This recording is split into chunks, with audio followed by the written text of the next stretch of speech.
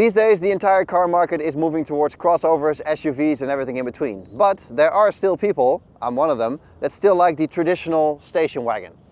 Welcome everybody to the Toyota Corolla Sports Touring. My name is Peter and I'm going to take you around this classical station wagon from Toyota today. Starting here in the front, obviously the first thing you notice is the color, by the way. Super green. Fantastic color. I hope it comes across on camera properly, but it's a really nice, cool color to see in real life. The front here starts quite, I would almost say aggressive, with this two-tone black and green with the nice daytime running lights. Remember the signature because we'll see it in the back as well, with the adaptive LED beams. Very nice design, very clean, but still has a good stance in your rear view mirror. I quite like it. When we walk around the car, 1.80 m wide, 4.66 m long. So it's not a huge car, but it is a very stretchy car, as you can see, because obviously it is a station wagon, so it's not very high. I'm about 183 tall. You can see it's not a very high car. And with 4.66 long, you can see it's a nice stretched design, which is the classical station wagon shape. And that shape you can really tell, especially by the windows here, with this sort of arrow shape window line with the black, again, black and green two-tone color choices. Very nicely done. And I think overall from the side profile, it's a very nicely judged car. It looks very balanced that way. The wheelbase is 2.70 m, which is obviously very nice for the interior space, as we'll see in a bit. And space is obviously the thing that you want with a station wagon. And space is what you get here in the back. I'll open the boot for you right away. 580 liters of boot capacity. So that is enormous. Enough for your uncle, your Christmas tree, your washing machine and your IKEA shopping all together. Fits easily. And it's a nice boxy square shape, as you can see. So that is excellent. Underneath, there's even more space under this false floor. You can have a spare wheel there, obviously, but there's a lot of space left if you don't take the spare wheel for tow bar and all kinds of other things. So that is actually very nicely done. When you put the rear seats down, you get an additional 1,000 liter. So space-wise, awesome. Now I quite like the rear design because there's not a lot of fakery going on here. So there's no fake vents or anything going on. You can question if this sort of diffuser style is really necessary, but okay. But things like here on the side, they don't make a fake vent, they just make it a reflective surface. So that's actually quite nice. I like the rear lights as well because it's similar as the front daytime running signature. So that is upside down, almost the same. Cool. Nice straight up rear window with a rear wiper. Cool as well. And overall, quite nice design. This GR Sports obviously gets the GR badge, which is, you know, always kind of nice. And with this little roof spoiler, I think it's an overall very clean, but a little bit chunky design. When we finish the tour around the car, 18-inch wheels in this version. You can change that depending on the version that you pick. Winter tires on this one. And overall, again, the classic station wagon shape. It's a regular hybrid, so no cables or plugs or anything, just a fuel filler cap, and the car will figure that out for you. But you do have several options in terms of driving modes and so on that we'll get to in a minute. I quite like it. I think it's a very well-rounded design, well judged, balance-wise. I think it looks really nice. I think Toyota has done a great job in making a good-looking car here from the side. And overall, the appearance of the car, you know, with that sleek, stretchy look, is quite nice. Sitting here in the front of this Toyota Corolla Touring, there is a lot of recognizable Toyota materials. So that is great. A lot of things that we know are pleasant to use. But there are some differences, so let's have a look around. It starts with the blackness of it all in here. I'm in black as well, actually, but there's no panoramic roof, so it is all very dark and black in here. So that's one thing. That said, this GR Sports version gets a few red accents, like here on the steering wheel and here on the seat. So that is a nice bit of contrast. Starting here on the left, the materials are not rock hard plastic, but they are somewhat soft-ish, so that's nice. Everything you touch on a daily basis though, so the steering wheel, the armrests here on the side, that is nice and soft, so that is good. Over here we start with some traditional window switches and mirror adjustments, so everybody knows how this works. Great, nothing going wrong there. And the same thing goes for the steering wheel, real physical buttons. Very standard Toyota stuff, so that is also great. Everybody understands how this works again. Cruise control on one side, systems on the other side, volume rockers and everything. Excellent, well done. Traditional stalks for your indicators and your wipers as well, so everything really simple and traditional that way. I quite like it personally. We have some flippers behind the steering wheel to change virtual gears, because this is a CVT transmission obviously. So there's no real gears to select. The same thing goes for the a gear stick here in the middle. There's a manual mode there as well. In reality, you'll probably never use it because the whole transmission is quite smooth enough. But I can imagine maybe when you're towing something that you want to adjust the gears yourself. In front of me, I have a very recognizable Toyota display. A bit busy for my taste with a lot of colors, symbols and different things going on. But clear to read, not too big, not too small. Quite a nice size with all the information you really need. There's a head-up display in this version as well with some additional information for your navigation, your cruise control and so on. And also all the safety systems will notify you on the head-up display as well. So any kind of cross traffic, for example, you'll get like arrows going on. So overall, it's quite a nice combination between the two. I find myself using the head-up display most of the time. The downside of this particular interface is, for example, that your navigation that you obviously have on the central screen, when you have it on the driver's display as well, it gets quite small, so it's not really that useful. I find myself using the main screen most of the times, or the head-up display once again. Speaking of the main screen, it's not huge, but it is easily big enough to work with. You can see that it's very straight up in the dashboard, so it's not angled toward the driver. I prefer that personally to have it a bit more angled towards me, but this way it's also easy to operate for the passenger. And you can see that it is responsive enough. It does everything you want it to do. So you got your navigation, you got your music, you got your phone, your car systems and everything. That's the hybrid system, by the way. You can see the battery in the middle, one electric motor and the combustion engine all driving the front wheels and vice versa. So, you know, pretty simple system and no four-wheel drive or anything. And overall, everything you want here in this infotainment system. It's not the most elaborate deep dive system in the world, but it is very functional and it works just fine. The downside of this setup obviously is the thick borders around the screen. It gives you a bit of a iPad 2010 vibe. It's not the prettiest way to do it, and I'm not really sure if it's really still necessary in this day and age, but you know, it is what it is. Below the screen, a lot of manual options for your climate. This whole unit for the climate control is obviously manual with these buttons here. Very nice, just a button to adjust your fan speed, just a rocker here or a scrolly thingy to adjust how much air is coming out, just a simple swipe thing to make sure that the air is going in the right direction. This just works. It's simple, everybody understands how this works. It's a traditional way of doing it that is, in my opinion, the best way. I don't need to go into a menu and swipe to decide where my fan is going, and I don't need to go into a slider mode somewhere if I can just adjust the temperature like that. It's just easier, especially while you're driving. And the same thing goes for these buttons. It's just nice to control your ventilation and your klima that way. Below, we got an inductive charging pad for your phone that you can actually turn on and off with this button. So that's handy. The pad itself is not too big. I got a OnePlus 11 that fits, but that's all there is to it. If your phone is much bigger or you have a bigger case, it's going to be a bit tight and probably not going to fit. But it is there and it works. If you can't charge wirelessly, there's a USB here as well. It's a bit of a third-party hack job almost, but you know, it's there if you want it. It is a bit out of the way, all of it, so while driving it's probably not going to be very convenient to plug anything in, but obviously you should do that while you're standing still. Down here there's also the seat heating. Not really sure why it's down there, but you know, that's where it is. And this is a switch, like as in a light switch, so you have to, you can hear it click as well. You have to turn this that way.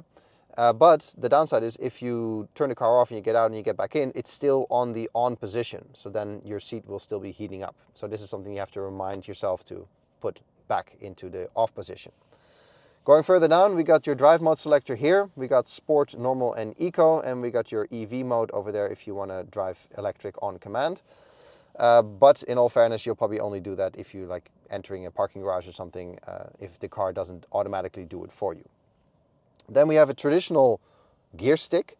I'm not really sure why this is still this size, because this is, you know, it can also just be a button or a small one. But okay, it's very nice and chunky, so you can really change gears or change driving modes rather that way.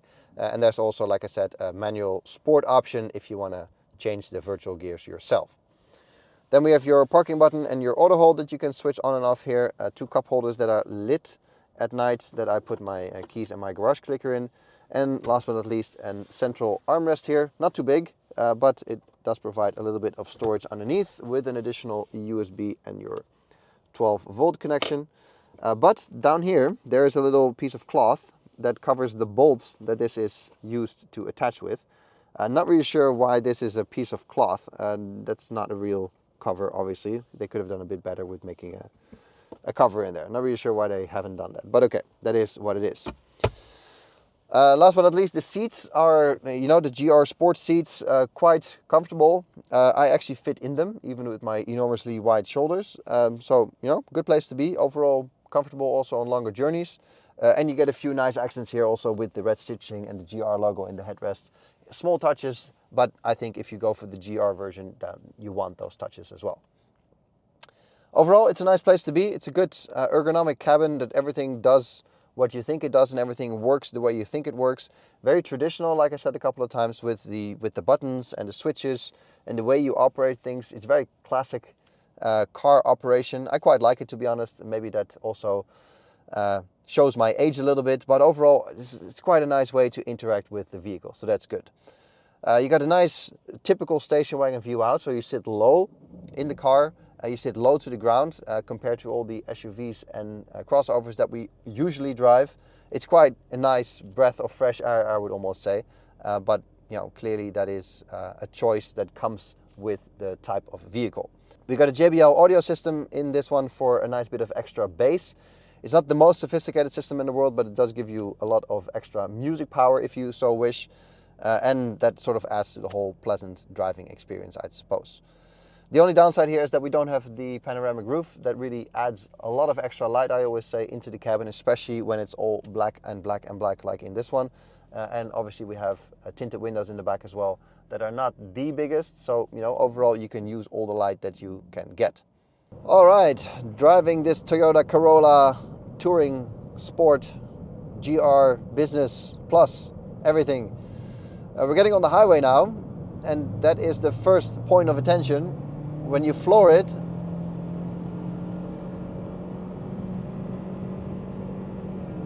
you can hear the car work with its 200 horsepower.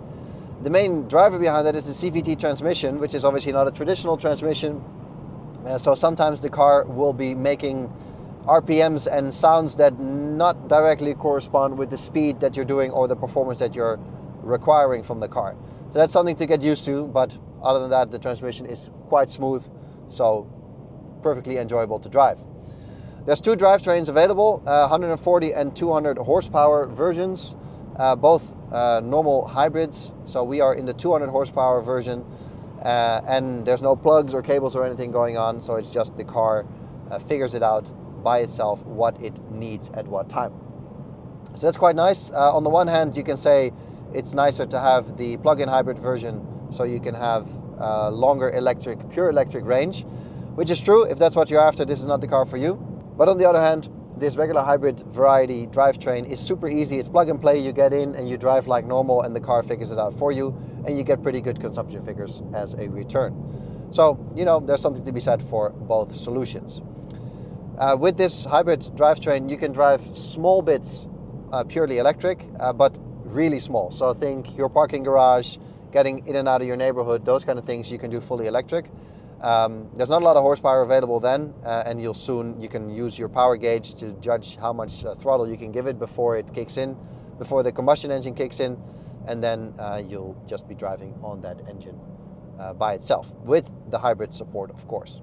Obviously, a station wagon is also all about the space in the back, and there is plenty of space back here. With 183 and about 90 plus kilos, I can sit here quite comfortably behind myself.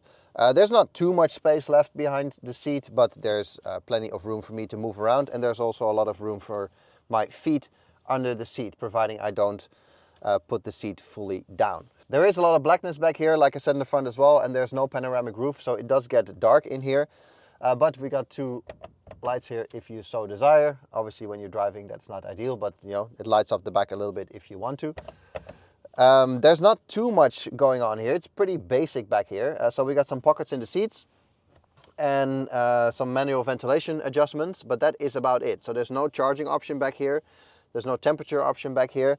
And there's really nothing else going on here. But there is seat heating in this version, so the rear passengers can have a toasty bum. I'll show you the armrest right away as well. Pretty basic again, you know, good to sit on, but with these holes permanently here, inevitably you'll slide in at some point and your wrist will always be in here. So that can be slightly annoying. Personally, I prefer if they come out of the front or if they have some kind of permanent cover. Speaking of covers, obviously this is a car that is very suitable for families. If you are somebody with kids and you still need the ISOFIX for the child seats, they're here, but they have completely detachable covers. So this is a disaster, not good Toyota, because this is obviously going to fly off right away and then you permanently have a hole there. Not ideal. So this needs to be attachable somehow. As you saw with the armrest, by the way, there's no ski hatch, but obviously the rear seats can fold flat. I'll show you how that looks. Now you can do it from the boot with a lever, but there's also obviously the manual option here. And as you can see, this folds flat and gives you a fully flat loading floor. So for all your IKEA furniture movements, this is ideal, and the split is 1/3, 2/3. So that's perfect to also move some passengers if you still have some longer items. So all around it's a pretty complete back of the car, but obviously the big downside of this form factor is that the roof line is not very high, and you can see that with my 183 I am basically touching the roof already. So anybody taller than that will be completely against the roof. Like you can see when I sit here in the middle, then I am actually touching the roof with my forehead even. So anybody taller than that will not be very comfortable back here, but for two kids or adults and kids here in any configuration under 183, all is well. So the first thing you notice when you get into this car is how low you're sitting, especially driving a lot of crossovers and SUVs. As soon as you get in, you're like, oh, I'm quite low to the ground, which makes sense because it's a lower shaped car. That means a lower roof line, and it also means a lower window line. And you really notice how much lower you're sitting compared to those other vehicles, especially when you're in traffic. It's something that has to be your preference. Personally, I quite like it. I drive a big station wagon myself. Skoda Superb. So I'm used to this sort of setup, and I quite enjoy this form factor to begin with, but also the lower driving position. It makes me feel more connected to the car. I also always like to sit very low with my seat, so that that all adds up. So if that's not your cup of tea, then obviously this car will not be for you. There's also a Corolla Cross that we'll actually drive in a later video. Then that's more for you. That said, the form factor is quite nice, and it's very I said it a few times already, it's a very classical form factor, this Toyota Corolla. With the big boot, the low seating position, the sleek design, it's very nice. I quite like it. It looks good, it's practical, it's much more fuel efficient than all those higher up cars.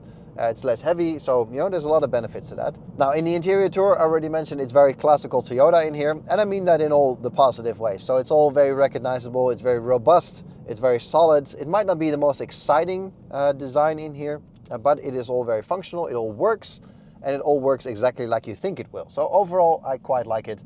It is a pleasant place to be. These seats are pleasant too, also on longer journeys. And overall, yeah, it's nice that Toyota went for the approach of not using any touchy, swipey thingies anywhere and just uses real physical buttons everywhere. It's just nicer for the driving experience, especially while driving, operating anything. It's just nicer and more convenient. So obviously this Toyota Corolla also comes in several flavors. You can get the regular hatchback already for just under 33,000 euros here in the Netherlands. This is the Touring Sports that starts just under 35,000. The Hybrid 140 has the Comfort, the Active, the Dynamic, the GR Sport and the Executive pack. The last one cost 43,000 and a bit, but already starts just under 35,000, like I said. The Hybrid 200 that we're in starts with the Dynamic at just under 43,000, the Executive for 46. This GR Sport Plus with the red accents and so on is 46,595, and above this one you have the Premium Pack for 48,500 euro. Driving this car in and around town is quite pleasant. It's quiet, the drivetrain is supple and compliant. You can have little squirts of power when you need to without too much effort. And overall, it's a pleasant car to maneuver. You have a good idea of what the car is doing and what the wheels are doing, even though the feedback is not spectacular, but you have a good sense of direction of what's going on. And also when the circumstances get a bit tighter, like in a parking garage or in a car park, it's quite easy to place this car and to move it around. With 4.70 meters almost, it's certainly not a small vehicle, but it doesn't feel extremely large, and it's nice and light to maneuver around. When you put this car on the highway with its 200 horsepower, it is fast enough, especially in Dutch traffic here. where we can't go that fast anyway. It's ample performance for overtaking, getting on the highway and all those things. I took it to Germany as well, where the speeds obviously are slightly higher. It's not a rocket ship by any means, with a top speed of 175. You know, also in Germany you can drive with the traffic quite easily without any problems. But there you start to notice the 200 horsepower is fine, but it's not the last word in high performance, obviously.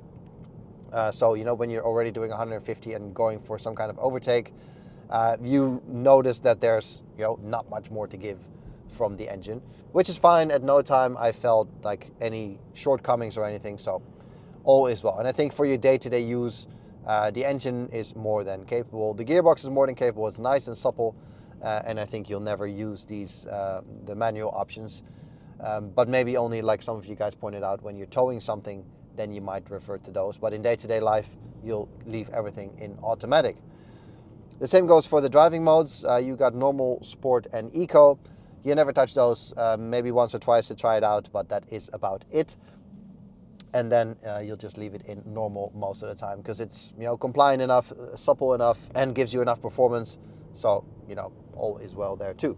Obviously no car is perfect, so a few things to point out. First of all is the driver's display. I mentioned that in a previous Toyota video as well. It's too busy for my taste.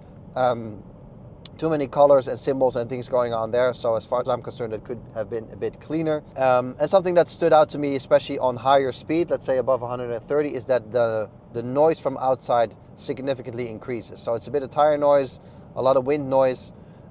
So it gets a bit loud in here. Not to the point where you can't have a conversation anymore, but it is certainly noticeable. After a week with this Toyota Corolla station wagon, my love for the form factor is reconfirmed. It's such a nice car, despite the fact that obviously SUVs and crossovers have their place. I really like this sort of sleek, elegant, low-to-the-ground form factor quite a lot. This car in particular, I think, is a very complete package with a lot of space in the back, plenty of room for your family and your kids and your winter sport and all other things you might throw at it. Enough space to go to IKEA and everything in between.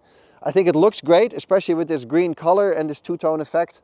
And I think if you go, for the 200 horsepower drivetrain, you can maybe go a bit lower in the price range to make it semi-affordable and a nice balance with the toys inside. But if you go for the 140, I think it is quite the deal. Competitors, obviously Skoda Octavia, Seat Leon, those kind of cars, I think it fits in that lineup pretty well, and I think there's still enough to choose in this form factor that you can always find something that fits your needs and your style and personal preferences.